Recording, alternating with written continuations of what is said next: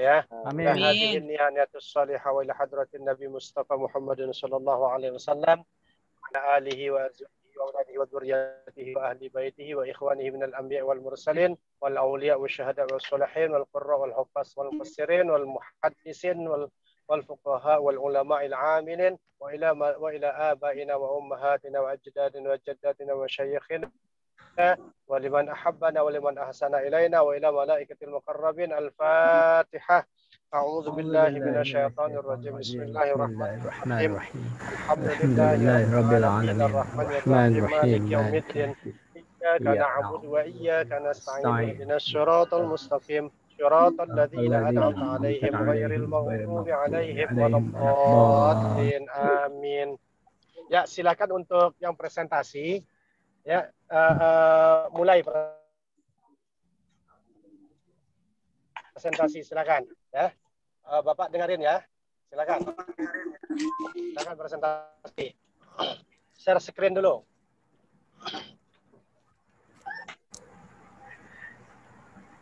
Oke, pematerinya bentar Sat, coba ditanyakan dulu. Ya, silakan.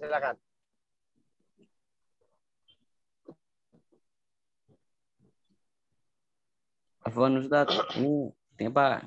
Lagi nungguin yang satunya lagi Ustadz. Nggak apa-apa kalau seandainya nanti sambil bergabung aja. Kalau sudah ada yang dua yang bisa share aja dulu.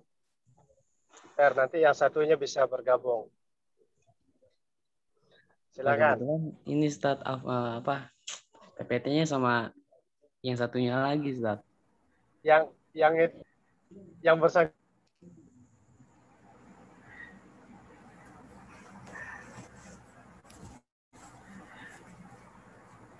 Afwan Ustadz, suaranya patah-patah. Oh ya udah, silakan ditelepon dulu deh. Iya Ustadz, lagi dulu temannya, silakan. Ya, baik, ditunggu. Kalau sudah Ustadz Darmawan, maaf mau nanya saya.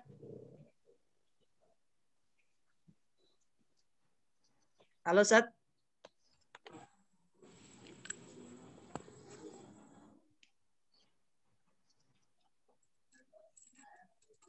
Halo.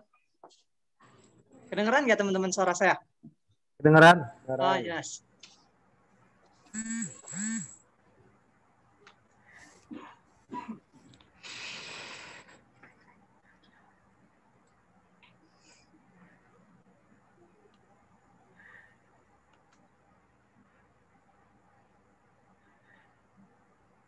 Beliau keluar nih.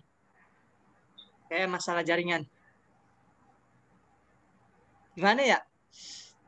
Ini kalau memang sekiranya ini sampaiin aja. Bang Ipul udah dicoba telepon Bang? Tadi udah, ini online sih. Kita kelompok kedua lagi. Iya. Kok kelompok kedua? Enggak, saya berapa ya? Kelompok kedua jajan 3 gue lagi. Terakhir saya. Terakhir. Kelompok 2 siapain? Nur Aini sama Irsal. Ya, lagi. Astagfirullah. Wassalam dia.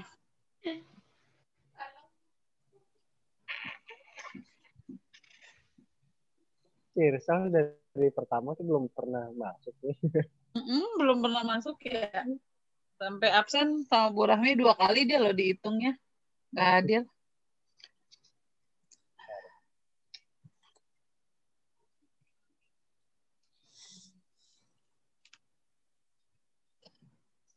Ipul online tapi nggak dijawab nih. Rasanya gimana kok? Kalau online nggak dijawab? Sakit yang nggak berdarah. Sama kayak lagi itu Chan, ditinggal pas lagi sayang-sayangnya. Aduh, berat. Pakai bilang ya. Makasih Nisa. Ditinggal tanpa kata-kata ya kok.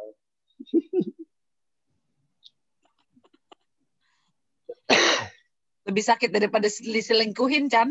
Aduh. Mana nih? Saya sambilan aja. gabung dulu.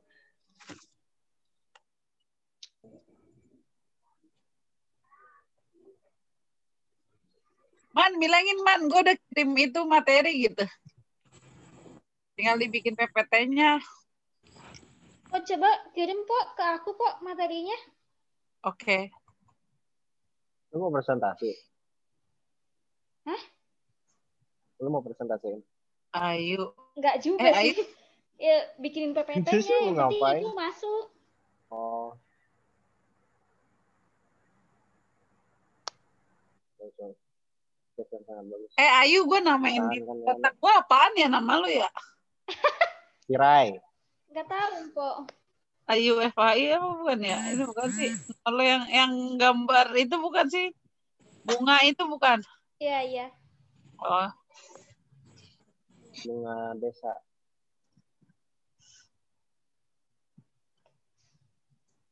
itu udah Sirai. Si Roy.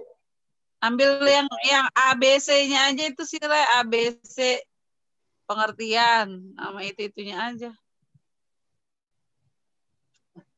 Bentar ya. Abang.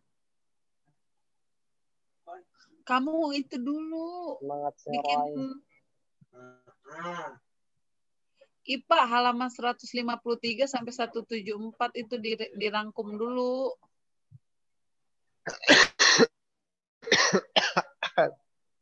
Di buku itu, di buku. Ya, beliau udah bergabung lagi nih. Pengantin baru. Lagi amat. Man, tanya-tanya apaan, Man? Tadi saya udah telepon Ipul katanya. Oke. Ini belum masuk juga. Dosennya udah masuk semua.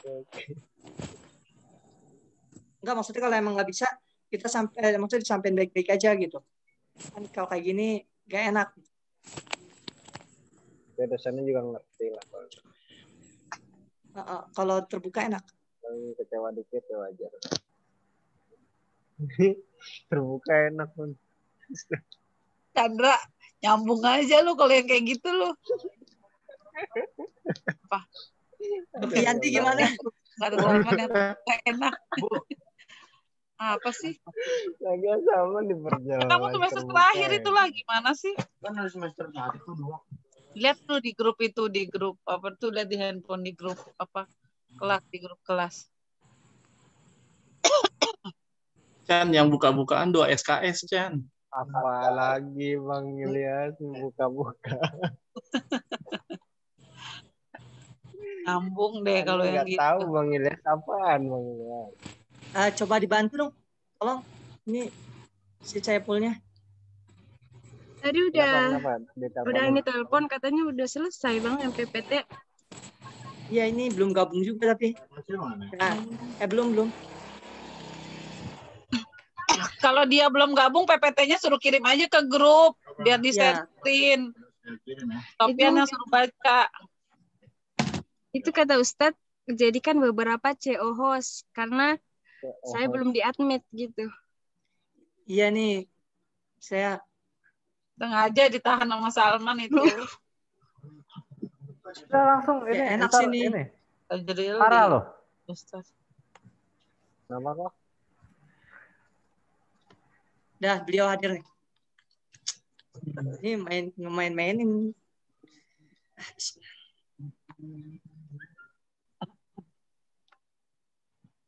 Ayo itu paracetamolnya masih boleh diminum nggak sih? Satu lagi. Tadi mau nanya apa, Man? Asal, Man. Inian buku yang waktu itu disampaikan sama Pak Sutarjo itu pembeliannya, kemudian nama judulnya apa gitu.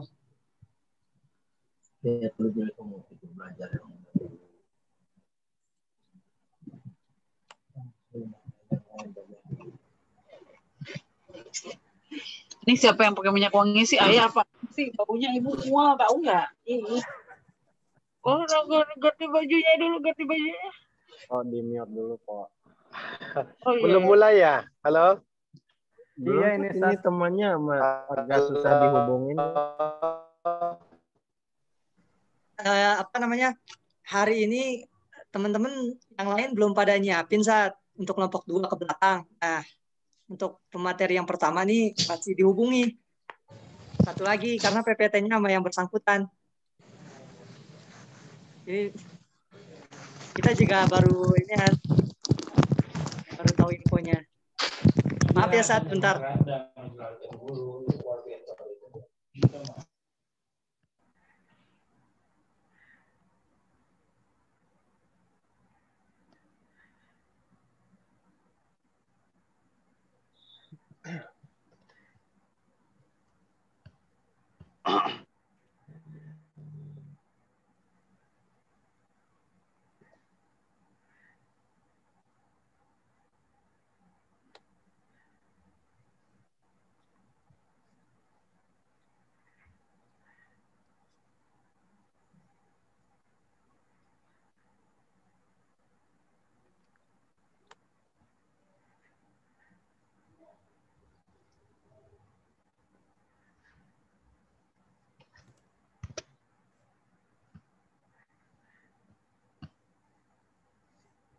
Halo, halo.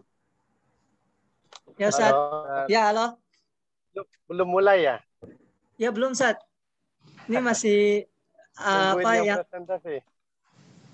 Iya, yang bawa PPT-nya itu, Ustaz. Oh, tapi bisa dihubungi nggak? Belum bisa. masih belum diangkat Sat. Yang bersangkutan. Coba ditelepon lagi deh. Ya, ditelepon lagi ya, ditelepon lagi ya. Silakan. Ditunggu. Sat, saya mau nanya Sat. Ya, baik. Itu untuk masalah kemarin pembahasan seputar buku yang Pak Sutarjo kemarin pas ke tempat pasar sarjana Sat. Bilang aja atau gimana Sat? Iya. Langsung aja ketemu dengan Pak Trisna. Pak Trisna ya. Ya, di Pasca Sarjana. Pak mau beli buku sosiologi begitu. Langsung aja nanti dikasih tahu harganya di sana. Ya. Paling sekitar 60 ribuan harganya. Oke, baik. Makasih Sat. Ya, baik. 60 sosiologi. Nah, buku sosiologi. Kalau untuk di luar nggak dijual ya Sat? Online atau apa gitu? Apa itu? Untuk bukunya. Kenapa? Buku karya beliau. Bukunya? Maksudnya ya, enggak ada. Oh, enggak ada. Kirain dicetak banyak gitu. Oh, enggak ada. Enggak ada ya? Oh, enggak. Enggak ada. Langsung aja ke Sekretariat Pasca Sarjana, nanti ketemu dengan Pak Trisna. Iya. Kasih Sat informasinya. Oke nih, teman kita udah hadir. Saiful Anwar.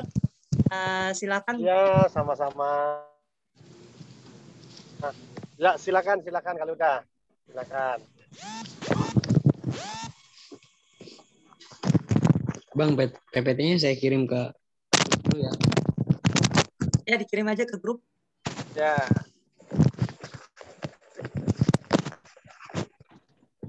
Kirim ke grup.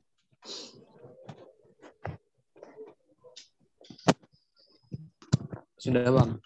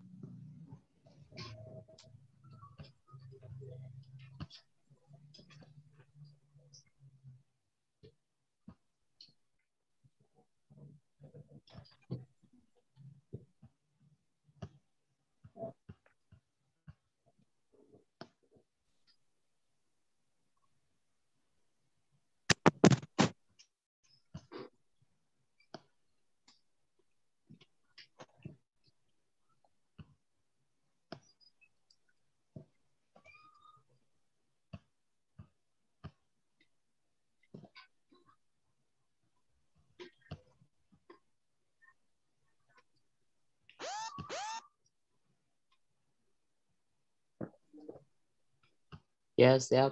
Assalamualaikum warahmatullahi wabarakatuh. Waalaikumsalam warahmatullahi wabarakatuh. Bismillahirrahmanirrahim. Dengan saya Ahmad Sofyan 3118174 dan serta teman kelompok saya Saiful Anwar 3119151. Di sini saya ingin menjelaskan tentang pengertian, skop, bahasa, dan tujuan pembelajaran sosiologi pendidikan. Sosiologi pendidikan bertujuan menganalisis partisipasi orang-orang terdidik atau berpendidikan dalam kegiatan sosial, seperti di Indonesia.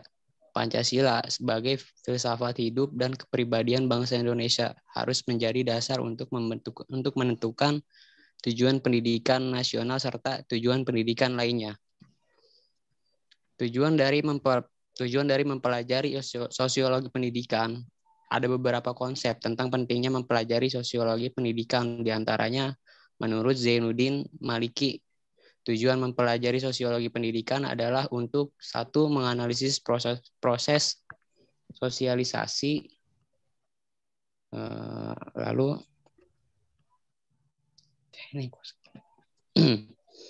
kedua, menganalisis kedudukan pendidikan dalam masyarakat, ketiga, menganalisis interaksi sosial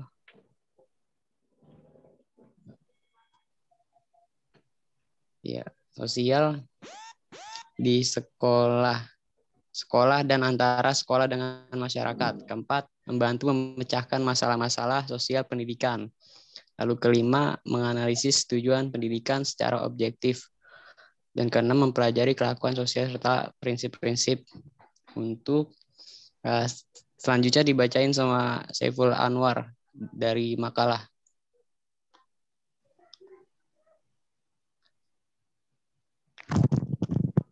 Bang Ipul, dilanjut Bang Ipul.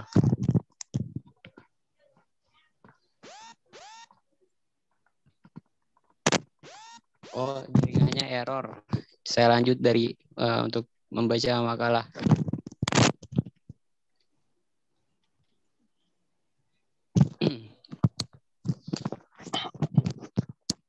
Pengertian sosiologi pendidikan.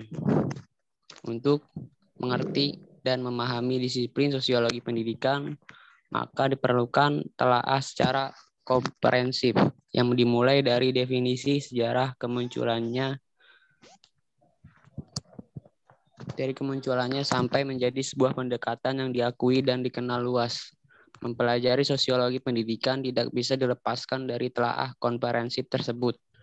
Karena kemunculan disiplin ilmu ini merupakan persentuhan antara disiplin sosiologi dan ilmu pendidikan. Pada awalnya, sosiologi dan ilmu pendidikan memiliki wilayah kajian yang berbeda. Namun karena perkembangan sosial yang berlangsung, menyebabkan kedua disiplin ilmu ini bersinergi. Dengan kata lain, sosiologi pendidikan merupakan subdisiplin yang menempati wilayah kajian yang menjembatani disiplin sosiologi dengan ilmu pendidikan.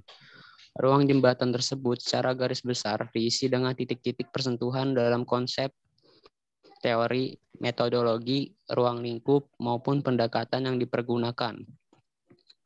Secara historis, sosiologi dan pendidikan dianggap sebagai pengetahuan kuno, yang keberadaannya berbarengan dengan awal mula adanya manusia. Apabila sosiologi dipahami dalam arti luas, yakni sebagai social interaction, atau interaksi sosial, atau human relationship, hubungan antara manusia, maka sosiologi telah ada sejak zaman Nabi Adam. Namun sosiologi dalam pengertian scientific, ilmu pengetahuan, yakni sebagai ilmu yang tersistematisasi dan bermetode, maka baru diakui sejak abad ke-19 melalui Auguste Comte dari 1798 sampai 1857, yang kemudian ia dikenal sebagai bapak pendiri sosiologi. Demikian juga dengan pendidikan. Kalau pendidikan dipahami dalam arti luas, yakni sebagai proses belajar, mengenal, dan mengetahui, maka pendidikan telah ada sejak zaman Nabi Adam juga. Ketika Allah Subhanahu wa Ta'ala mengajari Adam untuk mengenal nama-nama seluruh benda yang ada di sekitarnya, Dapat dikatakan bahwa peristiwa tersebut sebagai aktivitas pendidikan. Dalam Quran Surat Al-Baqarah ayat 31.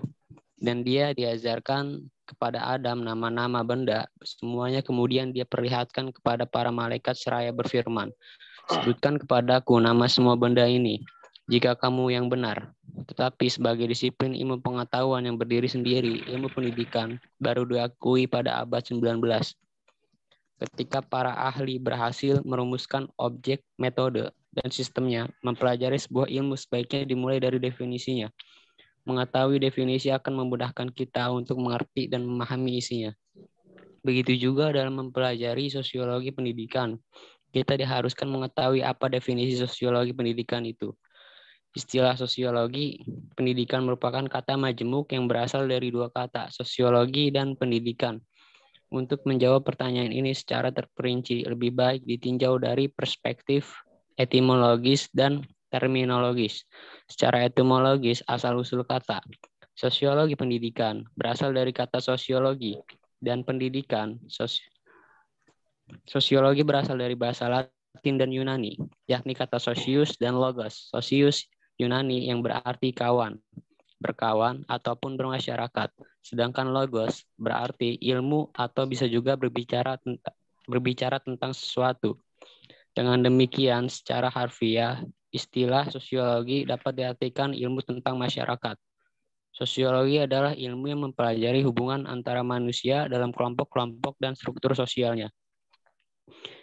Secara terminologis, menurut Muhammad Atiyah Al-Abryashi mendefinisikan pendidikan tarbiyah sebagai upaya mempersiapkan individu untuk kehidupan yang lebih sempurna. Kebahagiaan hidup, cinta tanah air, kekuatan raga, kesempurnaan etika, sistematik dalam berpikir tajam, berperasaan, giat dalam berkreasi, toleransi pada yang lain, berkompetensi dalam mengungkapkan bahasa tulis dan bahasa lisan, dan terampil berkreativitas. 6. Sementara Azumardi Azra menganggap pendidikan sebagai suatu proses penyiapan generasi muda untuk menjalankan kehidupan dan memenuhi tujuan hidupnya secara lebih efektif dan efisien. Pengertian lain, pendidikan dipahami sebagai usaha manusia optimistik mendasar yang dikenali dan dari aspirasi untuk kemajuan dan kesejahteraan. Pendidikan dianggap sebagai tempat anak-anak bisa berkembang sesuai kebutuhan dan potensi unik mereka. Selain itu juga sebagai salah satu arti terbaik dalam mencapai kesetaraan sosial yang lebih tinggi. Banyak orang yang mengatakan bahwa tujuan pendidikan adalah mengembangkan setiap orang hingga potensi tertinggi mereka dan memberi kesempatan untuk mencapai segalanya dalam kehidupan sesuai kemampuan alami mereka. Dari penjelasan tentang asal-usul kata sosiologi pendidikan di atas, kini saatnya memahami apa arti sebenarnya dari sosiologi pendidikan itu. Secara singkat, yang menjadi masalah sentral sosiologi pendidikan adalah aspek-aspek sosiologi dalam pendidikan. B. Tujuan mempelajari sosiologi pendidikan. Ada beberapa konsep tentang pentingnya mempelajari sosiologi pendidikan.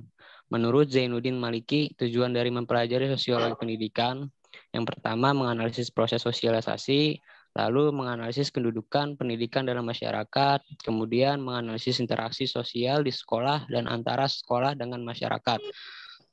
Keempat, membantu memecahkan masalah-masalah sosial pendidikan. Yang kelima, menganalisis tujuan pendidikan secara objektif. Yang keenam, mempelajari kelakuan sosial serta prinsip-prinsip untuk mengontrolnya. Lalu sementara menurut Nasution, ada beberapa konsep tentang tujuan sosiologi pendidikan, yaitu analisis proses sosiologi, kedua, analisis kedudukan pendidikan dalam masyarakat, yang ketiga, analisis interaksi sosial di sekolah dan antara sekolah dengan masyarakat, yang keempat, alat kemajuan dan perkembangan sosial, lalu yang kelima, dasar untuk menentukan tujuan pendidikan, yang keenam, sosiologi terapan, dan yang ketujuh, latihan bagi petugas pendidikan. Sedangkan menurut Ari Gunawan, tujuan dari sosiologi pendidikan yaitu menganalisis proses sosialisasi anak, baik dalam keluarga, sekolah, maupun masyarakat, pengaruh lingkungan, dan kebudayaan masyarakat terhadap perkembangan pribadi anak perlu diperhatikan. Yang kedua, menganalisis perkembangan dan kemajuan sosial Banyak pakar atau orang yang beranggapan bahwa pendidikan memberikan peran yang sangat besar bagi kemajuan masyarakat. Sebab dengan memiliki ijazah yang tinggi, seseorang akan lebih mampu menduduki jabatan yang lebih tinggi, serta penghasilan yang lebih banyak. Benarkah? Yang ketiga, menganalisis status pendidikan di dalam masyarakat. Berdirinya suatu lembaga pendidikan dalam masyarakat sering disesuaikan dengan tingkatan daerah tempat lembaga pendidikan berada. Contoh, perguruan tinggi bisa didirikan di tingkat provinsi atau minimal kabupaten yang cukup baik animo mahasiswanya. Yang keempat, menganalisis partisipasi orang yang terdidik dalam kegiatan sosial. Peran atau aktivitas warga yang berpendidikan sering menjadi ukuran tingkat kemajuan suatu masyarakat. Orang-orang berpendidikan mudah untuk berperan dalam masyarakat. Yang kelima, menentukan tujuan dari pendidikan. Sejumlah pakar berpendapat bahwa tujuan pendidikan nasional harus bertolak dan dipulangkan pada filsafat hidup bangsa tersebut.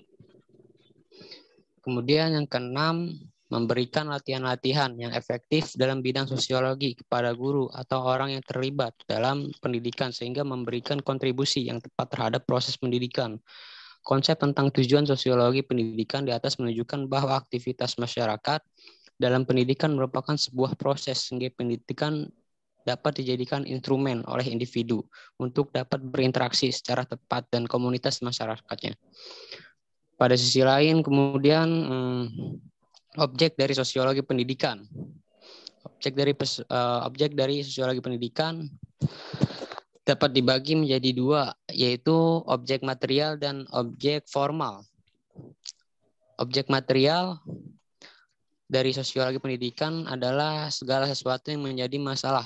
Segala sesuatu yang dimasalahkan sosiologi pendidikan, yang dipermasalahkan sosiologi pendidikan adalah masyarakat, tingkah laku manusia, dan institusi pendidikan. Ketiga, masalah pokok sosiologi pendidikan ini apabila dijabarkan lebih detail menyangkut persoalan seputar kelompok sosial, struktur sosial, kelas, sekolah, dan guru, serta anak didik, keluarga, stratifikasi sosial, perubahan sosial, dan sebagainya. Masing-masing serangkum dalam wilayah suatu sistem sosial. Tiap-tiap sistem sosial merupakan kesatuan dari integral yang mendapat pengaruh dari satu sistem sosial yang lain. Kedua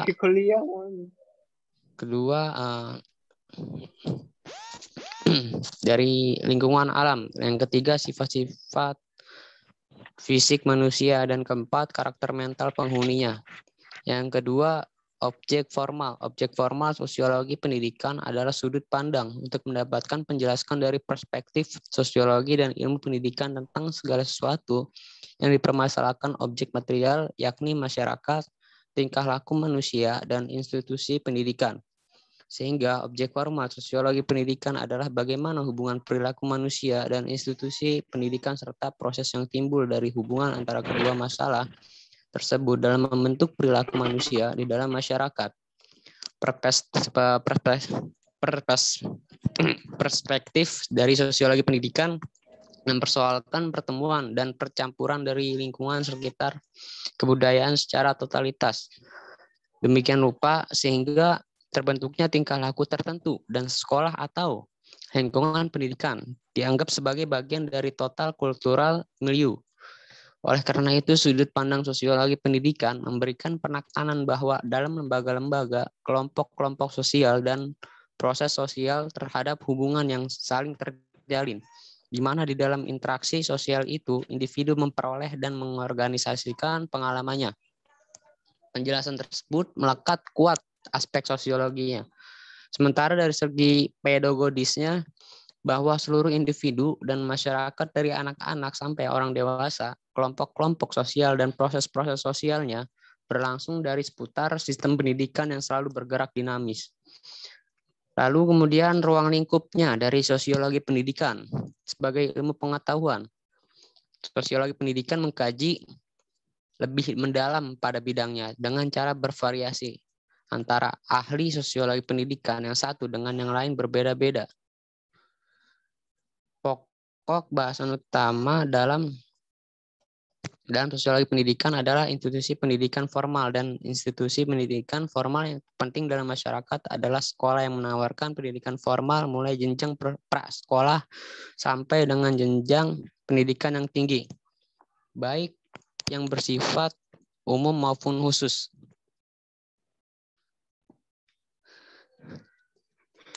Oke, Bang Ipul, Pak mau dijelaskan lagi? Bang.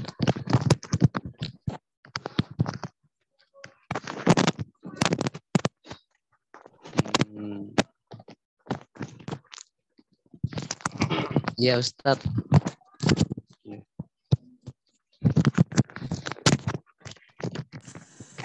Oke, bismillahirrahmanirrahim. Terima kasih sebelumnya rekan saya Ahmad Sofyan. Sebelumnya saya minta maaf untuk teman-teman dan apabila suara saya kurang jelas karena sedang dalam perjalanan. Untuk teman-teman dan maafin rekan-rekan yang ingin berdiskusi atau ingin menanyakan tentang presentasi tentang sosiologi belajar, dipersilakan. Sosiologi pendidikan ya. Ya, silakan minimal penanya terlebih dahulu ya. Minimal satu ya, Mbok. Tiga penanya ya. Oke. Tiga penanya ya. Tiga penanya tuh, Pul. Ya, tiga penanya. Tiga penanya. Kemudian nanti yang bertanya sampaikan secara lisan terlebih dahulu. Setelah itu diketik di WA group ya pertanyaannya. Jadi nama, kemudian NPM, pertanyaannya apa. Itu nanti sebagai arsip Bapak buat penilaian. Ya, silakan. Baik, Ustaz. Oke. Gimana teman-teman, ada yang mau ditanyakan kah dari pemaparan kedua pemateri kita yang luar biasa, insya Allah? Ya, saya ingin bertanya, bolehkah? Silakan, Saudara Muhammad Ilyas. Silakan disampaikan. Ya, bismillahirrahmanirrahim. Assalamualaikum warahmatullahi wabarakatuh. Waalaikumsalam warahmatullahi wabarakatuh. Jadi saya melihat sekilas gitu pemaparannya,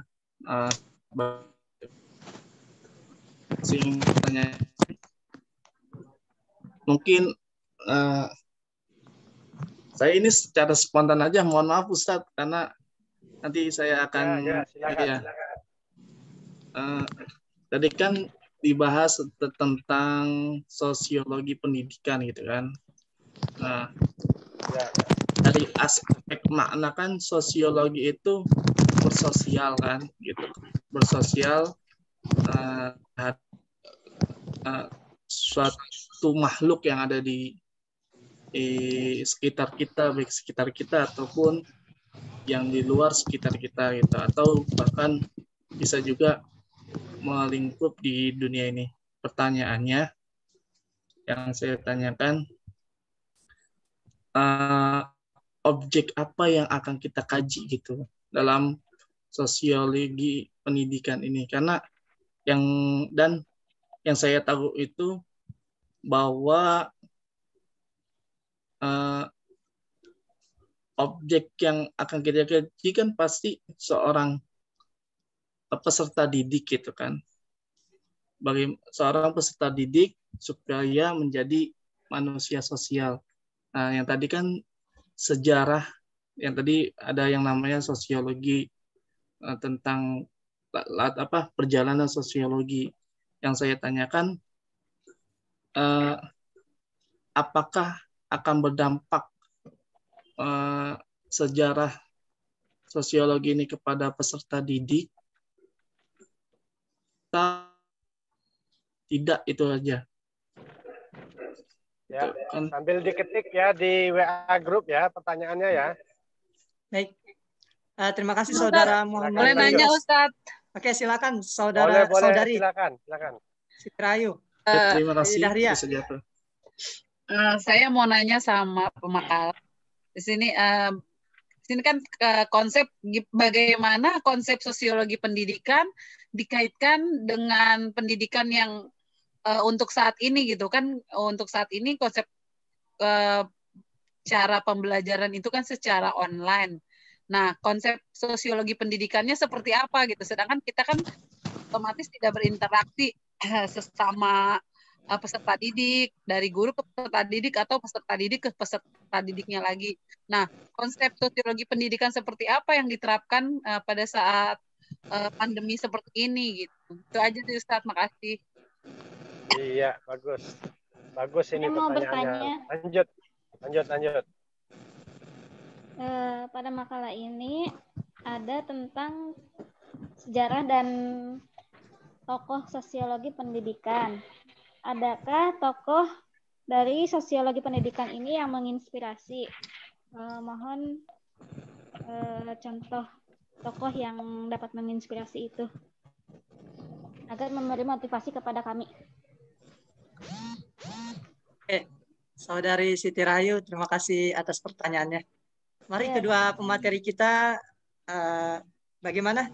Sudah siap untuk dijawab dari ketiga pertanyaan? Mungkin saya sampaikan lagi ya tadi. Ya, yang dari Bang Ilyas tuh suaranya patah-patah, Bang. Mungkin saya sampaikan lagi. Berarti udah 3 ya? Ya, Man ya? Udah 3 pertanyaannya? Iya, betul. Betul, sudah 3 pertanyaan yang disampaikan. Tapi kalau seandainya mau tambah lagi, boleh silakan, nggak apa-apa. Satu lagi. Ya, Zat. Mungkin coba kita silakan. Diskusikan dulu, ketemu titik temunya, nanti kita dulu. tambah Boleh. pertanyaan lagi. Insya Allah. Oh iya. Boleh. Silakan. Ya, silakan. Gimana pemateri? Disampaikan apa adanya aja? Atau ada apanya, terserah. Atau mungkin ada tambahan dari teman-teman yang lain? Masukan? Ya, bismillahirrahmanirrahim. Izin menjawab dari pertanyaan Mpok ya. Yang kedua, pertanyaan kedua. Ya. Izin jawabannya mungkin singkat, Pok, dan padat mungkin, Pok. Izin. Ya. Tadi kan pertanyaannya bagaimana ya cara menerapkan sistem pembelajaran di masa sekarang, benar nggak ya, Pok? Pendidikan sosial pada saat pandemi ya. Ya, mungkin ini jadi salah satu tantangan atau rintangan bagi kita calon guru mungkin, Po ya, untuk masa pandemi ini. Karena yang biasanya mengajar tatap muka menjadi tiba-tiba lewat online seperti ini.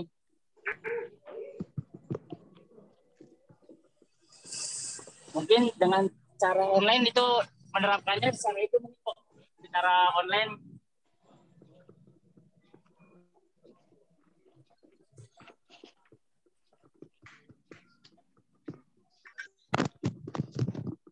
Assalamualaikum.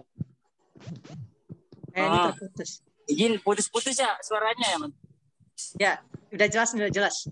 Disampaikan lagi. Ya, mungkin itu aja sih, Man.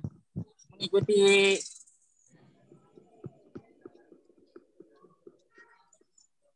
Oke.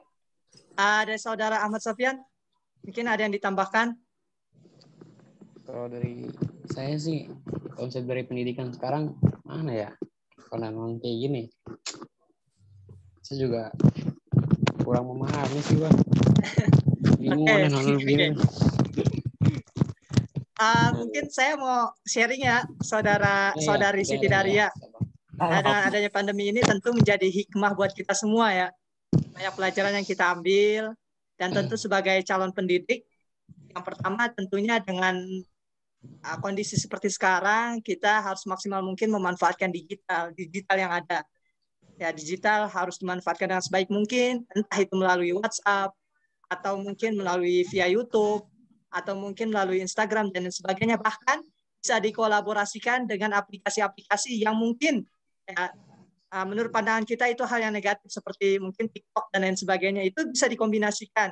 Dan ini juga bisa menciptakan pembelajaran yang menyenangkan. Dan itu kan bisa bentuk sosialisasi antara guru ketika mengajar di masa pandemi. Kemudian, adapun hal lainnya, tentu hal ini juga dituntut kita semua calon pendidik untuk berkreativitas. Terkadang kan kreativitas itu muncul ketika kita darurat. Ya, mau nggak mau kita harus the power of kepepet, maksudnya karena ada kondisi pandemi ini, mau nggak mau kita harus belajar ilmu baru, ilmu digital, ilmu menggunakan Zoom. Nah, itu semuanya merupakan kreativitas yang memang harus ditimpulkan, ya harus ditampilkan dan ditampakkan oleh para calon peserta para calon pendidik. Kemudian tentu kita harus memperhatikan objek dalam penggunaan via digital. Mungkin kan kita kalau anak TK fokus ke aplikasi-aplikasi atau penggunaan digital yang sulit dipahami oleh mereka. Kita kondisikan dengan target yang atau murid atau peserta didik dalam melakukan pembelajaran. Mungkin itu bisa menjadi langkah untuk melakukan sosialisasi pembelajaran di masa pandemi ini. Seperti itu, Siti Daria. Mungkin bisa ditambahkan dengan di teman-teman yang lain. Ya, terima kasih Salman. Mungkin pertanyaan yang lain bisa dijawab pemateri atau dibantu sama teman-teman yang lain. Daria mungkin.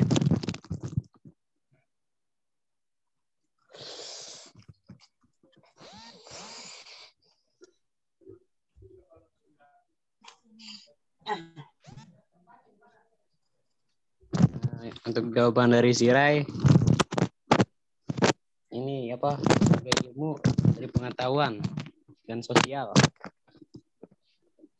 dan dipelajari dengan baik oleh cendekia Muslim bernama Ibnu Khaldun.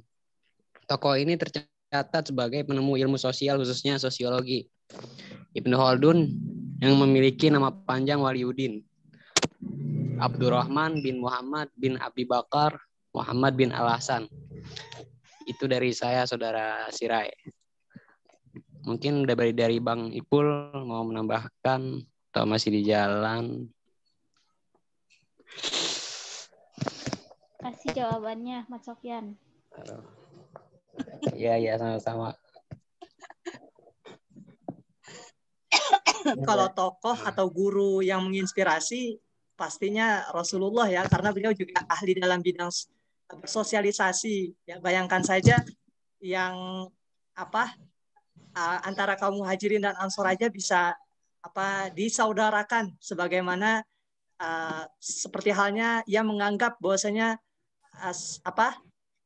kaum muslimin yang lain itu bagaikan saudara, dan ini mungkin hal yang dapat menginspirasi kita gitu, terutama Rasulullah SAW yang menjadi suri tauladan bagi seluruh umat muslim kayak gitu. Itu yang pertama. Mungkin nanti turunannya ya, atau butir-butirnya di masa sekarang, tentu setiap kita memiliki maksudnya inspirasi, tokoh inspirasi yang sesuai dengan terkadang kan nyaman, relatif gitu, tergantung pendapat kita masing-masing, atau mungkin dari cara penyampaian atau tingkah laku dan lain sebagainya, dan itu masing-masing kembali kepada kita gitu. Terkadang dia satu orang kena, tapi di orang yang lain itu nggak kena gitu, apa yang menjadi inspirasi. Namun dengan catatan bahwasanya kita jadikan inspirasi itu seorang tokoh muslim, karena nantinya kan kita tahu bahwasanya kita akan dikumpulkan dengan orang-orang yang kita cintai ya di surga nanti.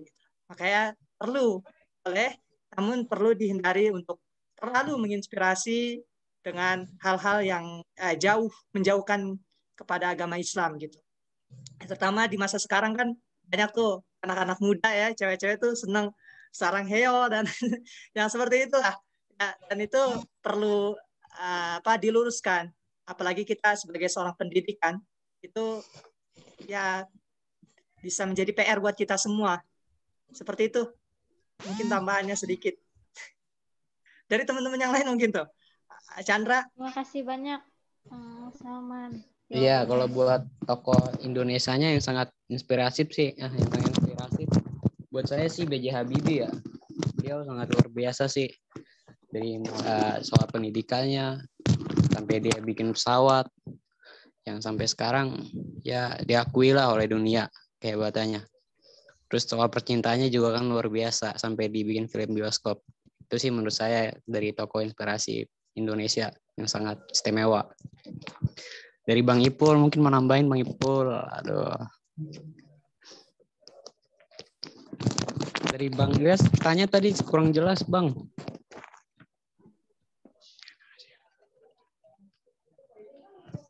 Tanya Bang Ilyas apaan dia? Di Bang. Ada di grup. Bang. Sepertinya kita sudah pintar-pintar, Bang. Hah? Iya, Bang. Mungkin bisa disampaikan lagi Saudara Muhammad Ilyas, karena tadi terputus mungkin dari pemateri. Terima kasih. Di grup udah diketik. Di grup ada di grup. Mana ya? Di grup itu bukan di grup kelas. Grup iya. Ini sih intinya aspek dari akan berdampak pada peserta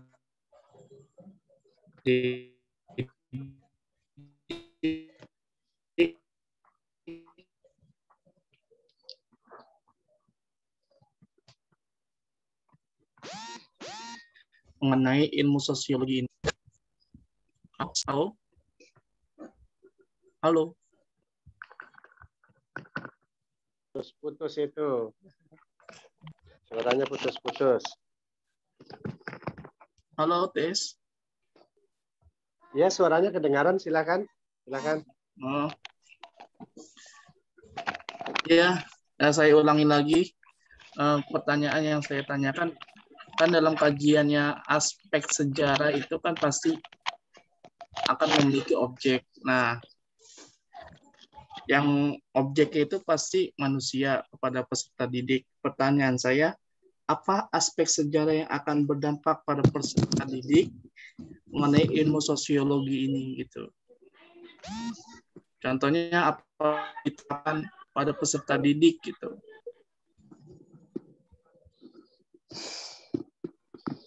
Bang Ipul mungkin mau menjawab. Apakah peserta didik ini akan seperti apa?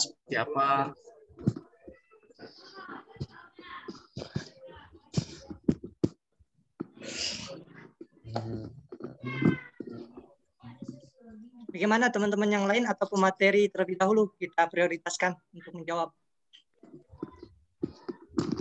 Saja. Ya, jika ada teman-teman yang mau bantu, silahkan. Nanti di akhir baru Bapak bantu jelas ya, tapi tuntaskan dulu. Oke, terima kasih, Ustaz. Ya. Ada Saudari Khairunisa, mungkin Monica Fitri, bisa ditambahkan pengetahuannya. Agung Santoso, Insya Allah.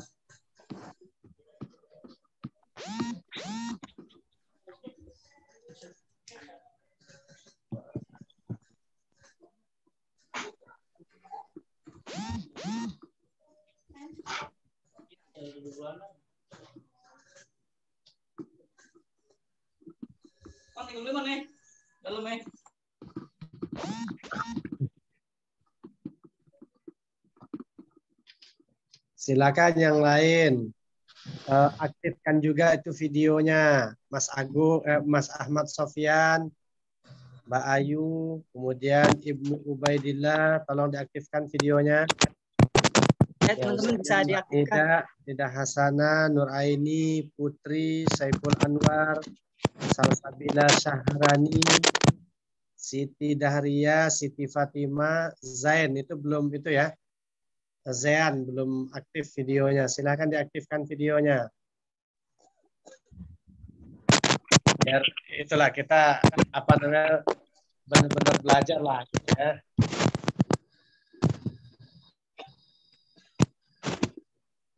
Oh ya, Zain katanya jaringannya nggak bagus. Gak apa-apa, diaktifkan aja dulu. Nanti pas jaringannya bagus akan tampil. Bagaimana ini teman-teman? Silakan dijawab. Pertanyaan yang nomor berapa yang belum terjawab? Kedua, Ustaz. Yang kedua. Yang kedua. Bagaimana dari pemateri?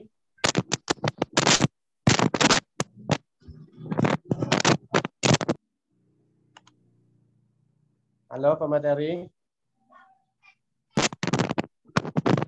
Mana saya Anwar atau Ahmad Sofyan? Dicoba dulu sampaikan. Ya, silakan. Mas Ahmad Sofyan.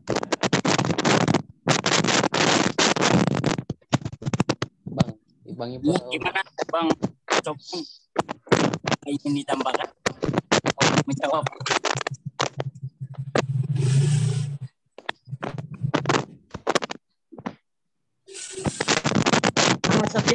sepertinya headset antum nih ngeganggu karena suaranya gresek-gresek ke kita.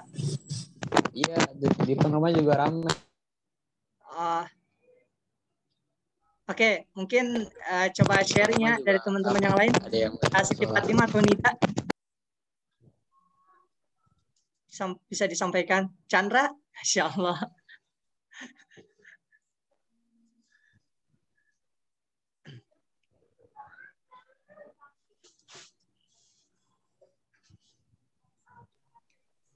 Kalau untuk dampak ya. Dampak apa aspek sejarah yang akan berdampak pada peserta didik mengenai ilmu sosiologi. Intinya sih ya ilmu sosiologi kan penting ya, karena kita sebagai manusia itu tidak mengkerucuti atau mendetail seputar khusus untuk orang dewasa atau orang anak muda atau anak-anak. Pokoknya manusia siapapun itu tentu perlu adanya sosialisasi. Kan kita sering dengar bahwasanya manusia itu makhluk sosial. Jadi diibaratkan ini udah menjadi sebuah kebutuhan. Nah, nanti yang tentu yang dampak nantinya untuk peserta didik ini tentu untuk bisa terjun di masyarakat lebih baik, ya kan? Maksudnya lebih damai, lebih bisa menyampaikan ide-idenya, aspirasinya dan lain sebagainya. Seperti itu. Kalau menurut saya sih dampaknya baik gitu. Namun dengan catatan selama apa yang kita sosialisasikan tentunya baik akan berbuah hal yang baik juga. Seperti itu, mungkin bisa ditambahkan ke yang lain.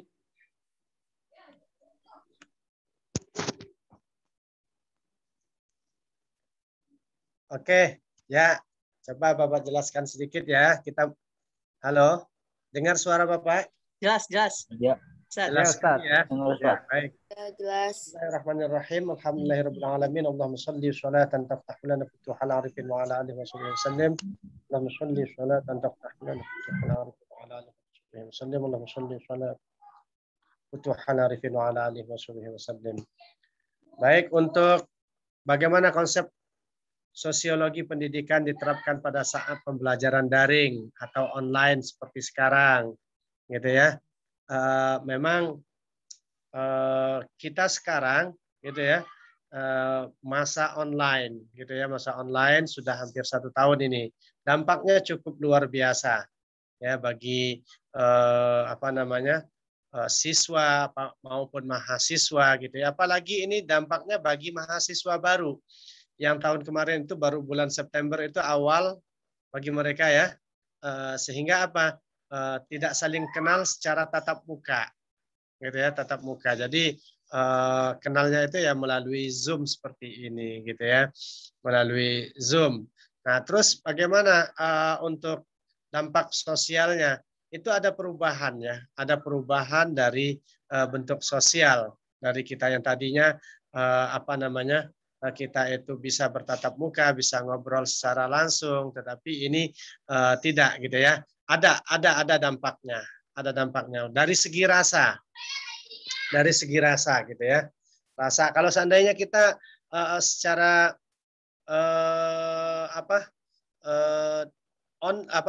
tatap muka di kampus, gitu ya. Habis kuliah kita bisa ngopi.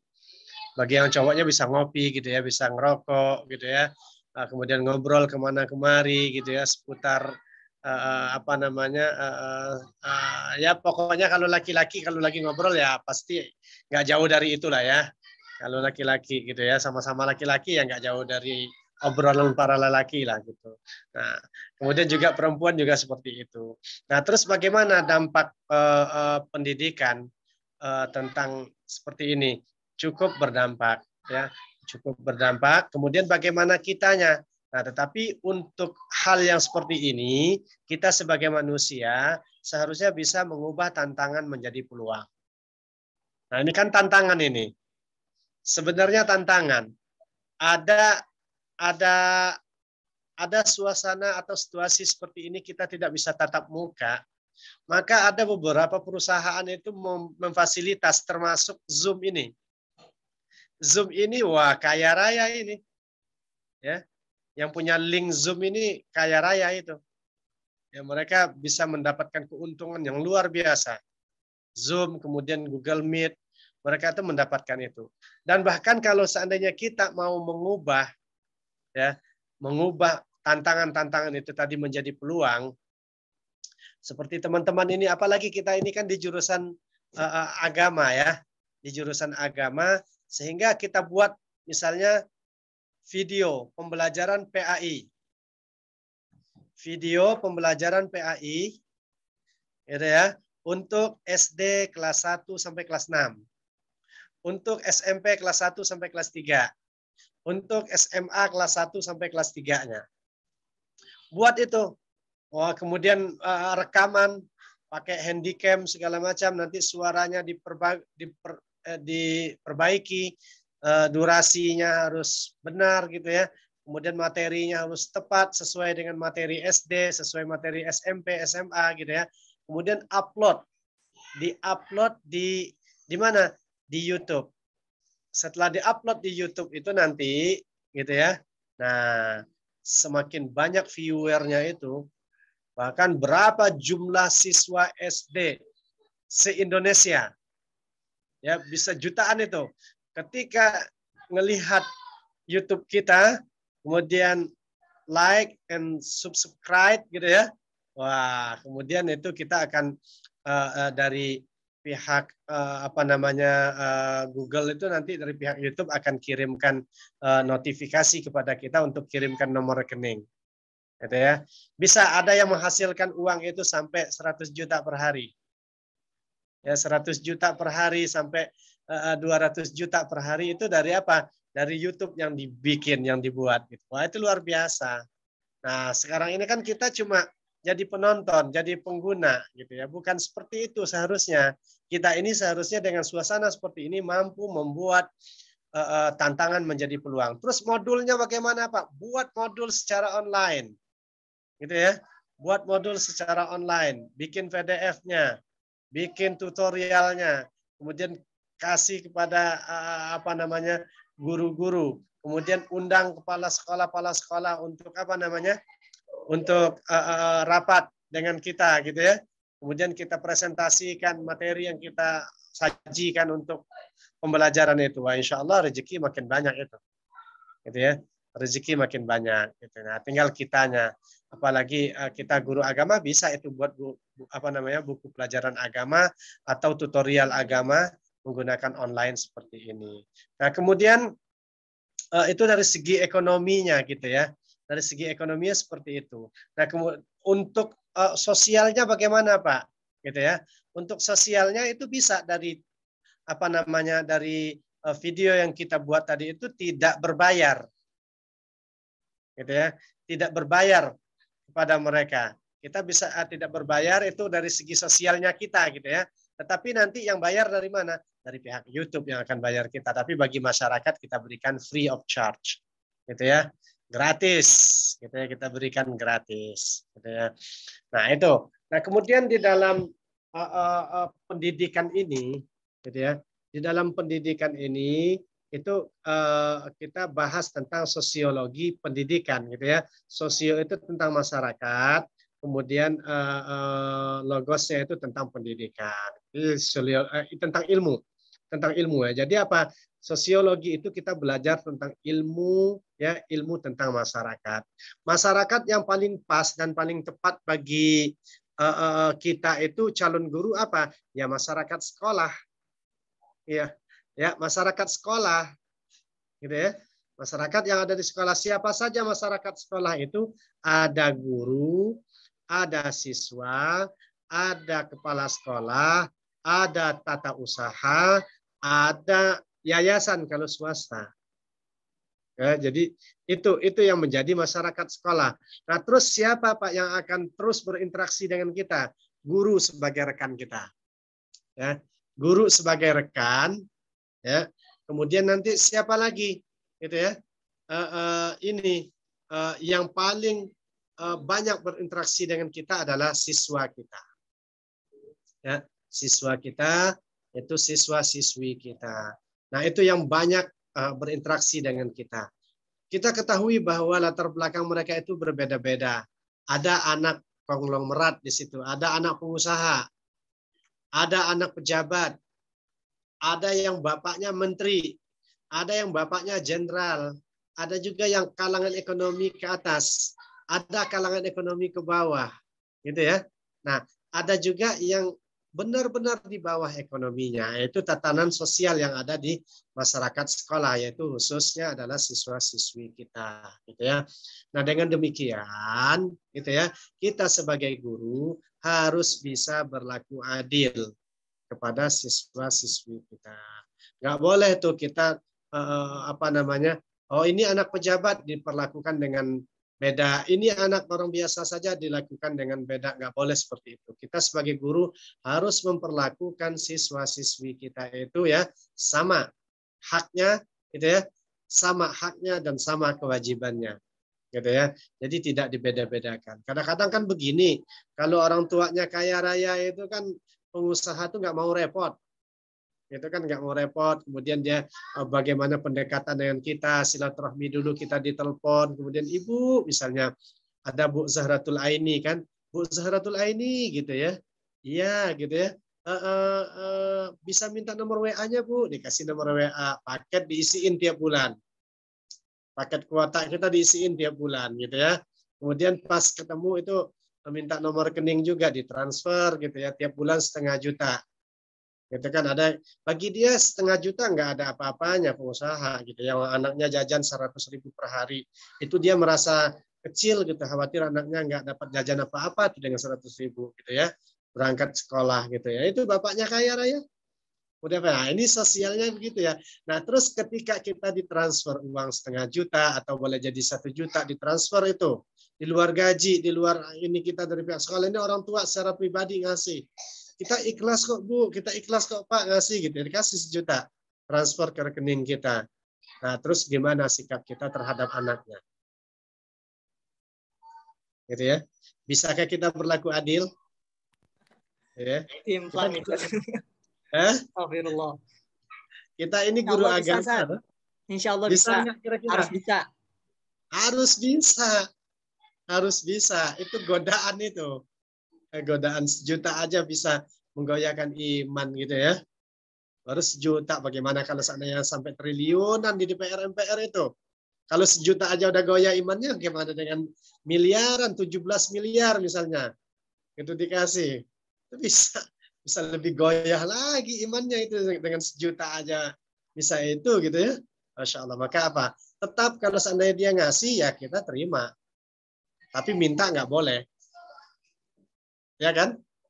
Minta nggak boleh. Tapi kalau ngasih, dia mau ngasih, terima. Nggak boleh ditolak. Rezeki itu. Namanya juga orang ngasih. Kalau orang ngasih kan kadang-kadang begini, dia dapat usaha, mungkin baru menang tender, dapat apa, hasil apa usahanya, dapat uang misalnya itu, dia dapat 500 juta. Ya dia kepengen ngasih ibu guru atau kepengen ngasih apa, ustadz yang ngajarin anaknya gitu ya, barang 5 juta. Pas dikasih, kita tolak. Dari rumah udah niat tuh. Udah niat, udah dipisahin, udah dihitung tuh duit sama dia kan.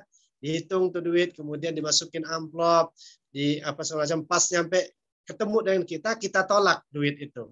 Kecewa yang ngasih. Gitu ya. Kecewa. Yang ngasih kecewa. Nggak boleh kita seperti itu. Ya. Tapi kalau seandainya memang ngasih, diterima. Minta, nggak boleh. Itu aja. Misalnya. Kalau minta kita nggak boleh. Pantang kita itu ya. Minta-minta. Orang Islam itu pantang minta-minta. Gitu. Ya. Nggak boleh. Apalagi nyindir-nyindir ke orang tua murid. Nggak boleh. Nah, makanya para ulama terdahulu itu mereka punya usaha. Ya, buka usaha. Jadi nggak mengharapkan hasil dari ngajar. Ngajar itu kewajiban kita. Menyampaikan agama itu kewajiban kita. Gitu ya. Nah, jadi seperti itu. Hati-hati dengan sosial masyarakat yang seperti itu. Gitu ya. Nah, ada juga yang orang tuanya itu anaknya itu nggak mau disenggol. Gitu ya. Lecet dikit ngamuk orang tuanya. Bapak pernah berhadapan dengan ABRI ketika Bapak jadi kepala sekolah di SD. Ya. Anaknya itu kebetulan jajanan pop mie di kantin, kemudian bawalah habis dituangin air panas yang masih panas mendidih itu, bawa pop mie. Temannya main bola di lapangan, kenalah pop mie itu, kena ke dadanya. Melepuk dada anak itu. Nangis, wah uring-uringan. Nah, ternyata anak satu-satunya. Bapaknya ABRI. Pangkatnya tinggi. Masya Allah. Gitu ya. Angkatnya tinggi, ayo gitu ya. Datang ke sekolah itu kebetulan bapak nggak ada di sekolah. Masuk ke ruang kantor tuh pakai sepatu, main tendang pintu. Main tendang pintu gitu ya. Mana pihak keamanan sekolah ini gitu ya. Anak kami tidak aman di sekolah. Nah, ayo gitu ya. Nah, sudah hari besoknya itu baru Kenapa? udah pada ketakutan gitu ya. Sampai besok Pak Darmawan ada Pak. Kebetulan lagi dinas di luar. Bapak masuk datang pagi-pagi jam 7:30 datang itu. Datang pakai seragam lengkap ABRI, masuk ke ruangan Bapak, ditaruh dulu tuh pistol di atas meja. Masya Allah. Aduh, ini gimana ini gitu ya. Gimana ini gitu. Akhirnya Bapak sampaikan dengan lembut. Tentunya kita sebagai guru agama ada suratul Fatihah kan senjata kita ya. Doa dulu lah, tahajud kita. Biar lunak tuh hati gitu ya. Nah, lunak hatinya. Bapak pagi itu udah doa, ya Allah selamatkan, semoga selesai permasalahan gitu kan. Udah, kemudian Bapak ajak bicara dengan baik-baik, dengan lembut-lembut gitu ya. Bapak sampaikan, Pak, semua biaya rumah sakit pihak sekolah bertanggung jawab. Dan kita akan perbaiki lagi manajemen kita ke depan supaya tidak ada lagi kejadian seperti ini, gitu kan? Akhirnya apa? Guru-guru itu Bapak bawa silaturahmi ke rumahnya untuk melihat anak kan, anak yang kena, gitu. Bawa ke rumahnya, kemudian kita bayar uang apa namanya, uang biaya kesehatannya. Tapi orang tuanya nggak mau, karena kita sudah silaturahmi ke rumahnya, orang tuanya sampai minta maaf Pak Darmawan, kemarin saya emosi apa gitu kan. Akhirnya kita datang terus itu sampai 3 wali kelasnya Bapak suruh datang ke sana, Bapak juga datang, kemudian beberapa guru yang lain diajak ke sana. Akhirnya dijamu makan, kemudian mereka merasa bahagia, senang gitu kan, dimanusiakan. Nah, itulah bagian dari sosial ya. Sosial masyarakat. Kita memanusiakan manusia. Kita orangkan mereka itu. Kita datang, kita minta maaf kalau kita salah gitu kan. Akhirnya apa? Itu Bapak ngomong, Pak Darmawan, kalau seandainya pihak sekolah mau ada jalan-jalan, outing kelas, ini siswa-siswinya, hubungi saya tanggung jawab untuk mobilnya. Bis, truk, saya yang tanggung jawab. Nggak usah mikirin bensin, nggak usah mikirin sopir. Saya yang bayarin semua. Wah, jadi pas karena udah janji seperti itu, pas akhir tahun gitu kan ada outing kelas. Telepon, Pak, kita mau ada outing kelas. Berapa kelas Pak Darmawan? Ada 4 kelas Pak. Kelas 1 sampai D. Oh ya, siap. Butuh berapa bis? Wah, disiapkan bis. Kemudian mobil ABRI dikasih gitu ya. Kita tronton disiapkan, dikawal lagi. Masya Allah gitu ya. Udah seperti itu kita jalan itu. Kalau pakai mobil ABRI kan ambil jalur kanan terus itu. Minggir semua, gitu ya, minggir semua itu. Minggir semua. Kita sampai ke villa itu cepat sekali. Nanti Pak pas pulangnya hubungi lagi Pak ya. Nanti pasukan saya siapkan ke sana. Ternyata memang beliau tinggi jabatannya di ABRI itu. Wajar anak satu-satunya yang kena ya. Anak satu-satunya melepuk lagi dadanya, ngamuk ya. Ngamuk ya. Nah, tinggal bagaimana pola komunikasi kita terhadap yang bersangkutan. Jadi itu sosial masyarakat yang ada di sekolah, gitu ya. Nah, kemudian ada juga orang yang datang dari pihak masyarakat sederhana, menengah ke bawah, benar-benar nggak ada, jajan aja nggak ada, mau sekolah tuh nggak punya jajan dia, gitu ya.